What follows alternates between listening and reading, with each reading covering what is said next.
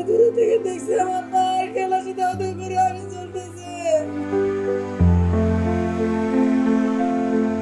আমার মায়ের যদি 10টা মিনিট আগে আমি আনা পড়তাম, তারপরে আমার মা আমার কাছে জীবিত থাকতো।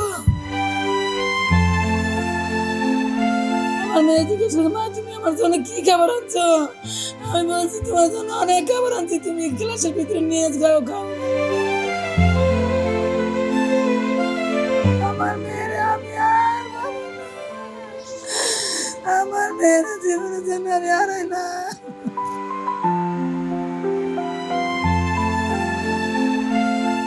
সন্ধ্যাবেলায় এই টেবিলেই গুনগুন করে পড়ার আওয়াজ উঠত ছোট্ট আনিকার কণ্ঠে। থপ থপ ছোট্ট 2 পায়ের শব্দ তুলে মাতিয়ে রাখত সারা বাড়ি। সেই আওয়াজ আর শুনবে না কেউ। বিছানা, পড়ার টেবিল, পাঠ্য বই কিংবা বাড়ির কাজের খাতা সবই আছে আগের মতোই। নেই শুধু বাড়ি মাথায় তুলে রাখা চঞ্চল শিশু আনিকা। যে বাড়িতে ছিল দুরন্ত পায়ের ছোটাছুটি, তা আজ থমথমে শান্ত। নেই কোনো হৈ হুল্লোড় কিংবা মাকে ডাকা ছোট্ট আদুরে কণ্ঠ। 3 দিন আগে পরিবার সহ দেশবাসীকে কাঁদিয়ে না ফেরার দেশে পাড়ি জমিয়েছে 10 বছর বয়সী আনিকা। 3য় শ্রেণীর শিক্ষার্থী ছিল নুসরাত জাহান আনিকা। বিমান বিধ্বস্তের ঘটনায় যে কজন শিশু প্রাণ হারিয়েছে, আনিকা তাদেরই একজন। মাত্র 10 বছর বয়সেই মায়ের কোল খালি করে পাখি হয়ে উড়ে গেল না ফেরার দেশে। আমার মায়ের 10 মিনিট পরে, আমি দিয়ে আসার পরে 10 মিনিট পরেই এরকম শব্দ হইলো। আমি পেছনে ঘুরে আমি বলতেছি, আমার মা নাই, আমার মার বিল্ডিং এই পড়ছে, আমার মার ক্লাসের সাথেই পড়ছে, আমার মা মিনিশের মধ্যে চলে গেছে।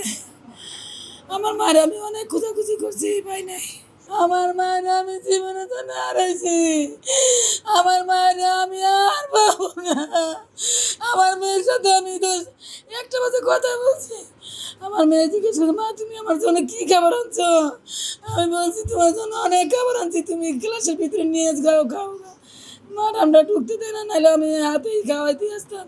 আমি যদি জানতাম আমার মায়ের আমি লইলাম 10 মিনিটের মধ্যে, আমার মেয়ের আমি আর পাবো না, আমার মেয়ের জীবনের জন্য আমি হারাই না।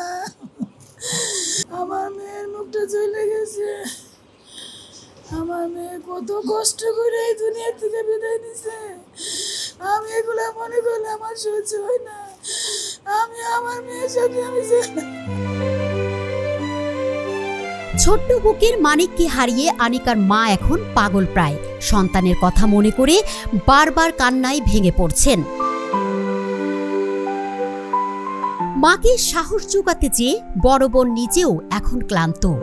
কোনো সান্ত্বনাই যে শান্ত করতে পারে না একজন সন্তানহারা মায়ের কষ্ট। একসঙ্গে এতগুলো শিশুর মৃত্যু এর আগে কখনো দেখেনি দেশের মানুষ। যার চলে গেছে সে আসবে না হয়তো ফিরে, ধরবে না চেপে মায়ের 2টি হাত। তবু দুর্ঘটনায় জড়িত সকলের বিচার হোক, এতে অন্তত কিছুটা হলেও স্বস্তি পাবে জান্নাতের পাখিরা। উত্তরা মাইলস্টোন স্কুল অ্যান্ড কলেজের বিমান বিধ্বস্তের ঘটনায় এতগুলো শিশুর প্রাণ হারালো এবং এতগুলো মায়ের বুক খালি হলো। আসলে এর দায় কে নেবে, এই প্রশ্ন কিন্তু থেকেই যায়।